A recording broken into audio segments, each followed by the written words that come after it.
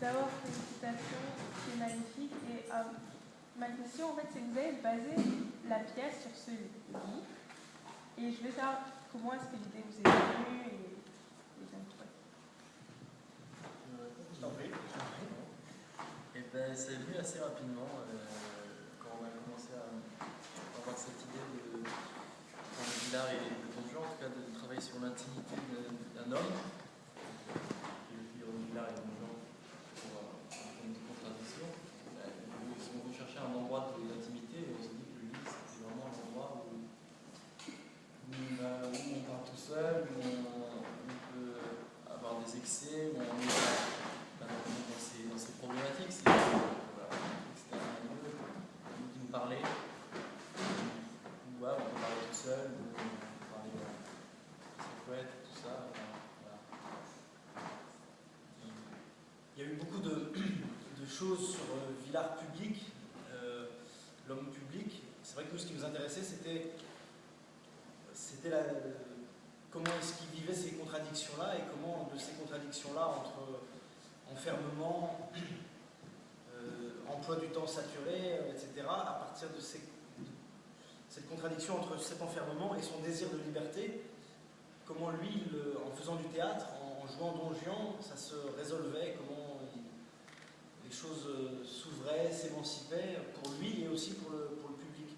Mais ça naissait d'un point de contradiction, un point de névrotique très intime,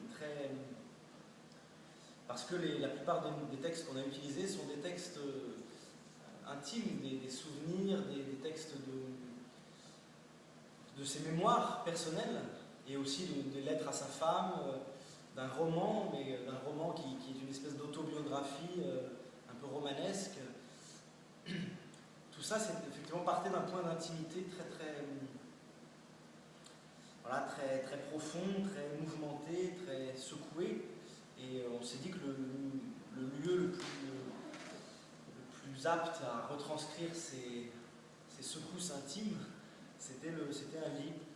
Comme chacun d'entre nous, peut-être, on est là dans nos lits, dans nos plumards, à se poser 10 000 questions, à dire oui, non, peut-être, je sais pas. Et si je faisais ça, et si, mais peut-être, ça. Toutes ces questions-là, on s'est dit que ça naissait du lit qui pour nous devenait une scène, puis un tombeau, peut-être, le tombeau du commandeur, dans Don Juan, tout ça allait vers le théâtre en tout cas. C'était un peu notre envie. Je ne sais pas si ça répond à tes questions. Non, c'est bon. Ouais.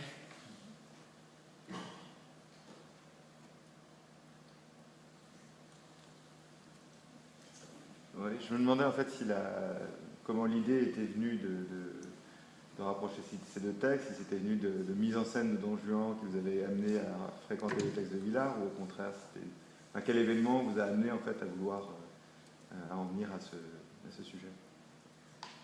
Quels événements peut-être au père? Assez simplement, quand on s'est plongé dans les textes de Villard, si tu veux, ce qui nous a beaucoup impressionné, c'est que la figure de Villard, telle que le public français en tout cas la connaît, c'est une espèce d'autorité morale, éthique, avec toujours des règles très précises dans sa conduite professionnelle, théâtrale, artistique, etc. Et que dans ses notes, ce qu'il ne cesse de dire, c'est qu'il voulait des échappées, des failles, des endroits de liberté, où il puisse enfin casser les codes, casser les règles, être seul, libre, émancipé, et avec parfois une liberté de ton, une liberté de parole très grande. C'est-à-dire que, voilà, ce que je dis souvent par rapport à d'autres hommes de théâtre, notamment peut-être, je sais pas, Barrault, qui dans ses souvenirs polisse un peu son image, tu vois. Et puis même, voilà, toute autobiographie, parfois les gens arrangent un peu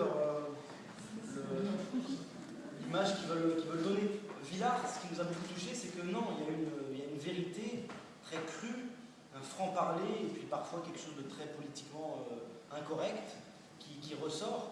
Voilà, quand il est dans des réceptions avec des ambassadeurs, il se touche une partie sous la table, il est comme ça, qui cherche qu'à s'en aller parce qu'il en a marre par moment, et il l'avoue. Voilà, il a envie de faire l'amour avec les comédiennes. Bon, il avoue cette chose-là que beaucoup de metteurs en scène peut-être ne diraient pas aussi facilement, parce qu'il y a des moments d'extrémité dans sa vie qui fait qu'il a besoin de le dire. Et ça nous a touchés. Et c'est vrai que son rapport à Don Juan, là-dedans, était très très fort, parce que ces trous, cette envie par moment de tout envoyer valdinguer, ça se trouvait, et il le vivait en jouant Don Juan. Et au-delà de ça, il y avait aussi cette coïncidence entre ce recoupement entre le fait, enfin comment dire, que Don Juan n'est pas seulement un mercenaire libertin, c'est pas simplement ça, il y a aussi une quête, la quête de qu'est-ce qu'il y a après, qu'est-ce que c'est que la statue du commandeur, le ciel, qu'est-ce que ça veut dire pour Don Juan, et forcément, qu'est-ce que c'est que la morale, qu'est-ce que c'est que tout ça, voilà, ça questionnait beaucoup Villard, je crois, et cette quête pour lui, elle était, voilà, elle était en parallèle avec lui, sa quête d'un théâtre populaire. Voilà, il y a des prises de risque qu'il a tentées, qu'il a réussi, qui pour nous, voilà, se retrouvaient beaucoup dans le personnage de Don Juan. Je ne sais pas si je m'exprime très clairement, en tout cas. Non, c'est très bien. Voilà, il y avait beaucoup de questions qui étaient en jeu pour nous dans ce personnage, apparemment si éloigné de lui. C'est ce qui nous a intéressé. Parce que le point de départ, c'est vrai, au départ, on ne s'est pas dit, tiens, on va faire une pièce sur Villard et Don Juan. Au départ, on est parti sur la figure de Villard, plutôt. C'est comme on a eu l'opportunité d'aller pouvoir créer une pièce, parce qu'on fait une demande à la maison de Villard. On s'est dit, on a envie de travailler sur Villard. Et en fait, c'est venu assez rapidement en lisant ces textes. Il y avait beaucoup de références à Don Juan. Il en parle en fait assez fréquemment. Comme tu dis, c'est vraiment, il disait que c'était son endroit, un petit peu son havre de paix quand il jouait Don Juan avec les contraintes qu'il avait à côté. Quand il jouait Don Juan, ça libérait.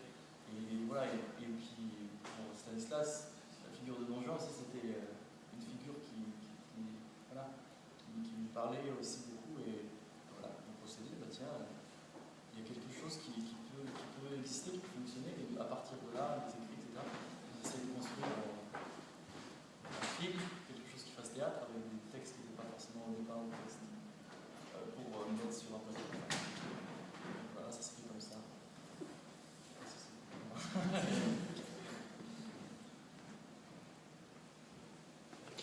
Est-ce que vous pourriez parler un peu de la vie familiale, privée de Villard? Parce que ça, je ne savais pas du tout. Donc, il était marié, avait 2 enfants. Il avait 3 enfants. 3 enfants. Et il était fidèle ou Alors là, il y avait les versions officielles, les versions... non. C'était plutôt un homme fidèle, oui, bien sûr. Bien sûr. Après, il était tout le temps en tournée.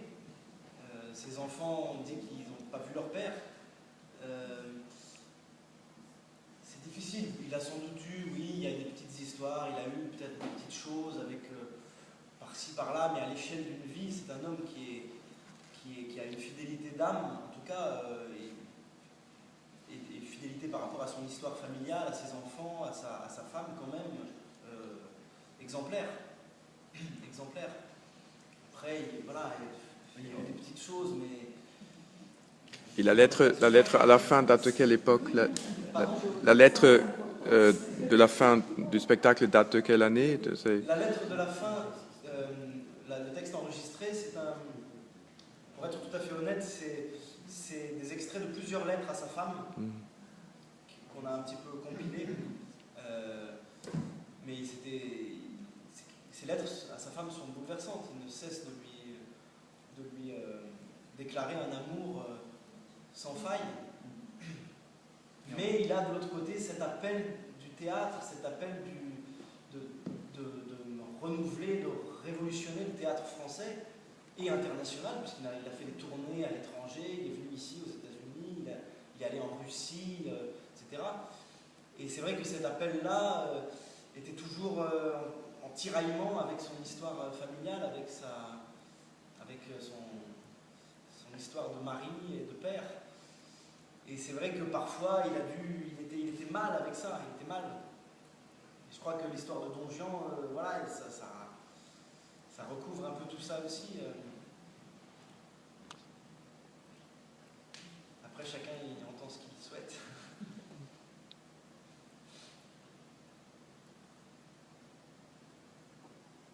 Merci en tout cas.